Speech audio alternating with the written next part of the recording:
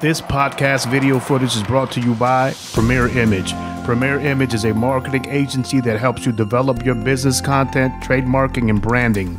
If you need help with web design, social media management, video production, and search engine optimization, Premier Image can take your business to the next level. Go to premierimagellc.com.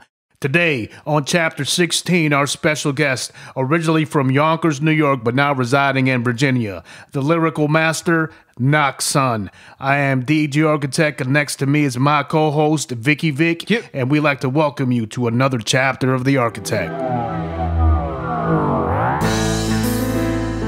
You are now listening to the Chapter of The Architect podcast with DJ Architect and Vicky Vic. All right, ladies and gentlemen, on the phone with us today, we have Nocturnal Son. Knock, what's up, my brother? What's going on, my brother? Chilling. Hey, man, you sound a little bit hungover. Could it be because of that fight you were watching last night? It has something to do with it. Yo, what's up? What's up, Vicky Vic? What's going on? Yeah. Vic, Knock, you guys saw the fight, the Canelo Chavez fight last night, correct? Yep. Yeah, Canelo won by unanimous. Oh, man. Let's talk about that fight, fellas, real quick before we get into the music. What did you guys think about that fight? What did you guys think about that fight? You know, it's crazy, man, because when I first heard of it, obviously Chavez's dad is a legend, man, super legend, right? But I didn't even know his son was like really that good. I kind of felt like they were just doing this for a moneymaker, and I just didn't think he was gonna be able to put up with Canelo. But some people actually were like, "Nah, man, he's good. He's gonna be able to put up a good fight against him." What'd you think of that fight, Knock? Yeah, I mean, I heard about the weight thing too, and I think they both got to pay a fine. But I mean. Chavez, they both got to pay a fine.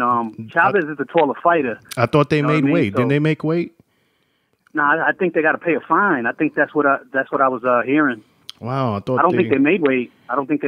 Yeah, I think they made weight. That's crazy how that works, though. If you don't make weight in boxing, you get fined, but you still fight, or what? Yeah, you still fight. You can lose the title. What'll happen is, let's say if it's a title shot.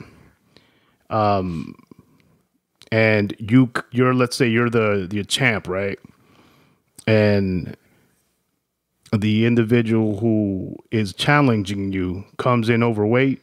Even if he wins, he's not going to win the title because he's coming. For real? Yeah, because he's coming overweight, so he's violated the contract. Right. Oh, so they will go ahead and fight, but even if he wins, they'll be like, "Yeah, I mean, you don't get the title." They can technically. He's breached. Yeah, technically, he's breached the contract. You know, they can say, "Hey, the fight's not going to happen," but are they really going to do that? No, it's going to be a bunch of upset fans, right? So they, will say, "Okay, well, we're going to fine you. Plus, you have to pay." If there's they had a stipulation in the contract, right? For every pound that Chavez Jr. was over, he had to pay $1 million. Because he was now. Hey, and check this out. Make sure I make weight if that's my fine. Knock, did you see the Face Off with Max Kellerman on HBO? No, I didn't see the Face Off. No, what happened? So in the Face Off, Chavez Jr. and Canelo shook hands in agreement that if Canelo won, that he would Jr. would have to give him his whole purse. Yeah, they shook on it. Okay. Nah. Look it up, man. Look it up on HBO. You know what? I did hear about that. That person. Yeah, I did hear about that. When that happened, I was like, no, man, what are you doing? You're probably gonna lose, right? This is me thinking in my head. You're probably gonna lose, and now you're gonna go home with no money. At least make it worth it. If he would have, if he would have said, hey, you feel so confident, let's put your purse on it. No, I put too much time into this. You know what I mean? Even if, but he's trying to save face. I'm going to be interested in seeing if he's really going to pay that up. Because it was a gentleman's bet, it sounds like, right? Just kind of shake. No, they shake hands. Yeah. We'll see. Hey, man, I know. But, Knock, who I really felt embarrassed for was Chavez Sr.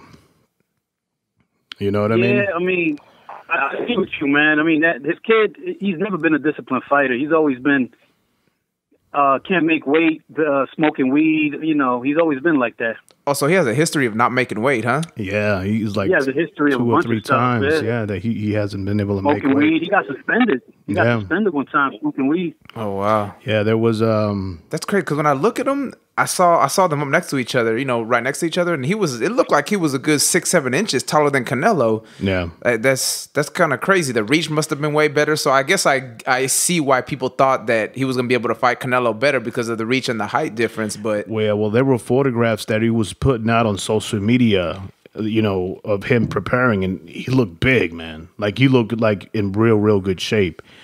So a lot of people were like, yeah, you know, for this one, I know his father's going to be on him to prepare for it.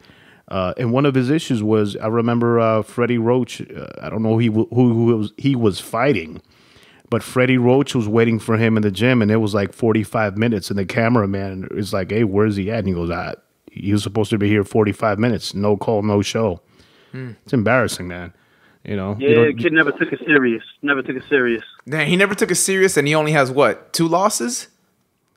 Is it? Now it's 3. Now it's 3. Imagine if he was to take it serious though. Yeah, Like now it's 3, and I think he Now has a lot of those fights were against questionable. I mean, opponents that we don't even know. You know. okay, Yeah. yeah. Everything you're saying, I feel like it feeds more into my thought of this kid isn't even that good. What is he doing fighting Canelo? I felt like it was a moneymaker. Like they Yeah. needed some big. Like let's be honest. I'm just waiting on Triple G and Canelo. Like there's no one else. Oh man, that in- That's the fight. fight everybody wants to Hey, see. Right? But you know what? These guys have such a way of marketing and pulling in the audience. This was all pre-staged, right? Right. That's what it was. Yeah, it was pre-staged, but I think it was exciting. You know what I mean?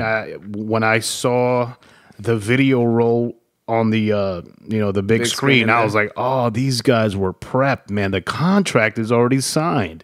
The date is already set." So obviously, De La Hoya did his just work. At some point prior to the fight, they sat down, they signed a contract. If Canelo doesn't win, this contract is going to be voided, right? We'll go up with a new contract. But for right now, if he does win, sign the dotted line, and then this is what we're going to do. And it was perfect, man. The way the cameras panned to Triple G, I was like, oh man, look at these guys, are marketing geniuses. Everybody went crazy. Hey, Knox, so you're pretty big in boxing, right? I mean, you a pretty big fan? Yes. Who do you think is... Because I've heard, like, most people say... I heard a lot of people say they think Triple G will win. A lot of people say Canelo will win. If they were to fight eventually, who do you think would win and why? I would go with Canelo. Canelo got the more experience. Triple G has looked good against, I wouldn't say top contenders. When he finally fought a top contender in Daniel Jacobs, he didn't look that great. So once he goes against a top guy like Canelo, I don't think he's going to look that good just for that reason. So I think Canelo should win that fight. Yeah, that's a good point because that's what I have heard about Triple G is that he didn't fight too well against Jacobs. Hey, Knock, you were an amateur fighter, a boxer at one time, right? Yeah, I did. I boxed in Yonkers, Yeah, PAL man. back in New York. Had 13 fights. Yeah, man. What? That's Knock, sick. Knock used to rock the gloves, brother. But That's before I joined the Marine Corps. yeah, man. Dude, I don't know any boxers, but I've heard that life, man, like that with training for any kind of fights like that. And you did 13 of them. I heard it's insane. Yeah, man. That's my man Knock putting on them gloves. Hey, and Knock, and once again, Vic, he's a prior Marine, brother of mine. That's how I actually met Knock. Okay. In Okinawa, Japan. Thank you for your service, my brother. Thank you. Now, leaving boxing and going on to what this podcast is, and why we're here, about the music, ladies and gentlemen, Knock, the name Nocturnal Sun. Why that name, and what's your purpose for making music? Okay, so Nocturnal Sun. Right now I go by the name of Noxsun. I just cut it short. Nocsun. It's the same thing, though. So Nocturnal Sun, basically a metaphor for shining through the darkness, overcoming your struggle. A sun that shines in the night.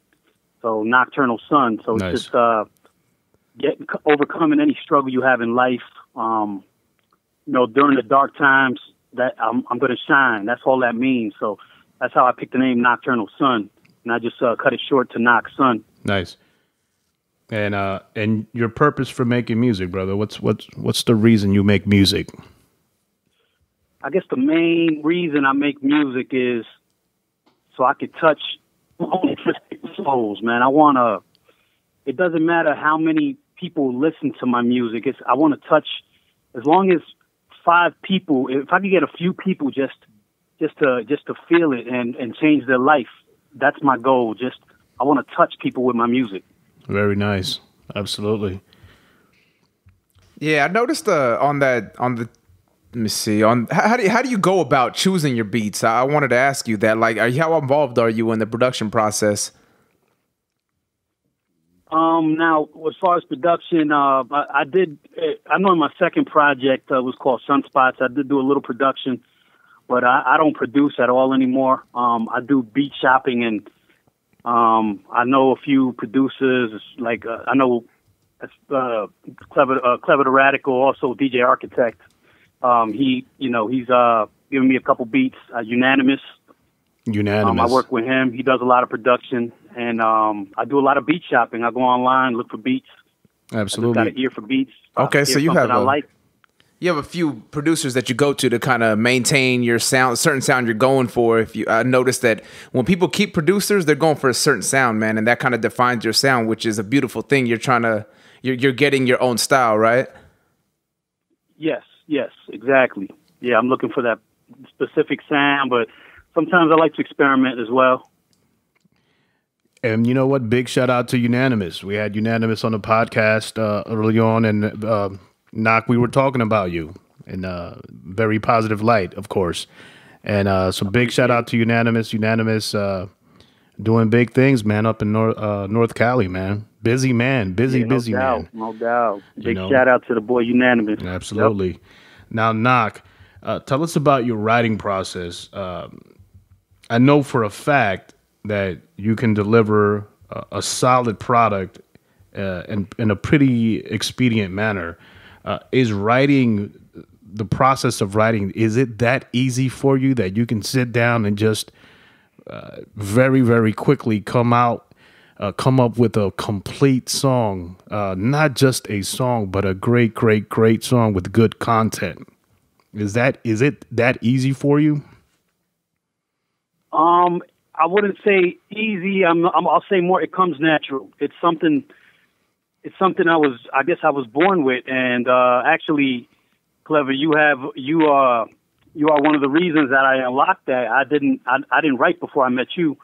You actually, when we met in the Marine Corps, you sat me down and showed me about bars and how to write, and that's how I started writing. But it comes natural, man. Once I come up with an idea, it comes pretty quick. Yo, do you just call him Clever?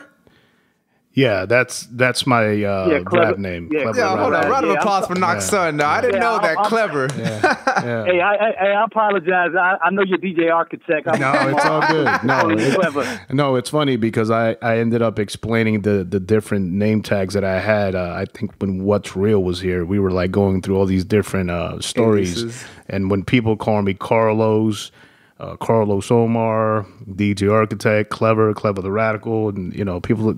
And so I just kind of explained it to everybody who's listening to the podcast. If you hear this particular name, they're talking about me. I wear a bunch of different hats, right? Obviously, I missed that part, but I'm gonna start calling you Clever, dog. Like that. But ladies and gentlemen, you're hanging out here in the chapter of the Architect. Our special guest, Nocturnal Sun, Vicky Vic, adjacent to me. And we're going to go ahead and play his first song. This song, it's called My Mind Is My Jail.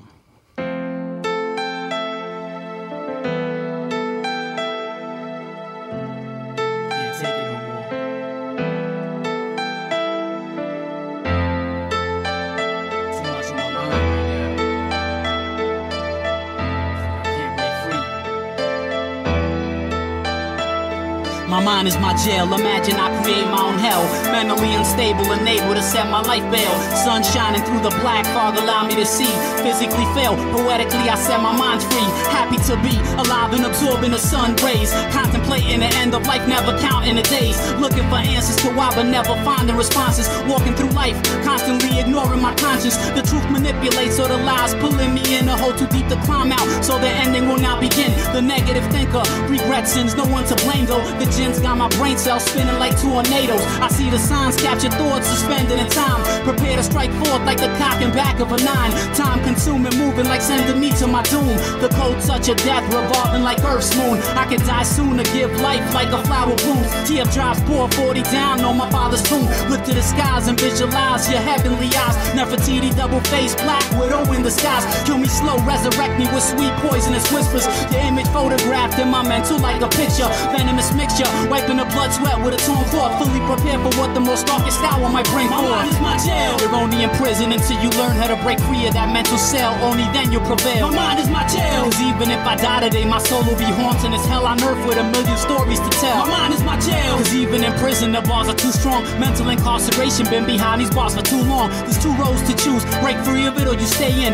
And bring this jail all the way to the coffin you lay in. My mind is my jail. My sole purpose on this low was a set sail. Confined to my corridors, how can I possibly set bail? Freedom has its own price to pay here when you're trapped in. You gone for a minute, but as soon as you exit, you back in. What a waste and brutality. Should donate all my blood to charity. It don't make sense when it's witnessed with such clarity. Realism of reality, influence and insanity. Sanity dies when you realize that your mentality was never sane insanity. Surrounding me like gravity, suffocating a body that while the medics attack me. The harsh realities are like smack your face with the meaning of its definition, evaporating what you was dreaming of. The good die young, the lynch die hung, and so on. Don't ask for much but a treacherous track that I can flow on. It's kinda funny how money will make you take a man out. If time is money, then I must have been broke cause I ran out. Had it all planned out. See, either you hide or you stand out. Not trying to be the one starving or begging with my hand out. Sign on a dotted line, 7 years served, I will apply to mine. Through hard times, found peace in my inner self through melodic rhymes. From this point on, there's no turning back. I'm on some if I die, you coming with me. And nothing here could prevent me. Cause while in this journey, I came to the conclusion that only through struggle will you ever release the one you accuse. My mind is my jail. You're only in prison until you learn how to break free of that mental cell. Only then you'll prevail. My mind is my jail. Cause even if I die today, my soul will be haunting this hell on earth with a million stories to tell. My mind is my jail. Cause even in prison, the bars are too strong. Mental incarceration, been behind these bars for too long. There's 2 roads to choose. Break free of it or you stay in. And bring this jail all the way to the coffin you lay in. My mind is my jail. Even psychiatric guidance can't cure. Too heavy to stress to carry around and pain to endure. If I could just block it out and delete it out like a bad notion. Like I'm dreaming running fast but still moving in slow motion. Just like Christ when he was nailed down to the cross. Still paying the cost for past mistakes, still feeling the loss. But I found ways to deal with the pressure. Ever since I found the strength to bend the bars back, the breeze is more fresher. Correct the wrongs to make the angles right just like 90 degrees. Escaping cerebral boundaries like a fugitive fleet. It's only those who experience tragedy you can make see. It's not until I find myself that I'm able to break free. My mind is my jail. You're only in prison until you learn how to break free of that mental cell. Only then you'll prevail. My mind is my jail. Cause even if I die today, my soul will be haunting this hell on earth with a million stories to tell. My mind is my jail. Cause even in prison, the bars are too strong. Mental incarceration, been behind these bars for too long. There's 2 roads to choose. Break free of it or you stay in. And bring this jail all the way to the coffin you lay in. All right, ladies and gentlemen, you're hanging out here in the chapter of the Architect with our special guest, Anak Sun. You can hear this podcast in its entirety and all other chapters on iTunes, Stitcher, and Google Play. The links to this episode can also be found below in the description for your convenience. Please don't forget to like and subscribe. Thank you for listening.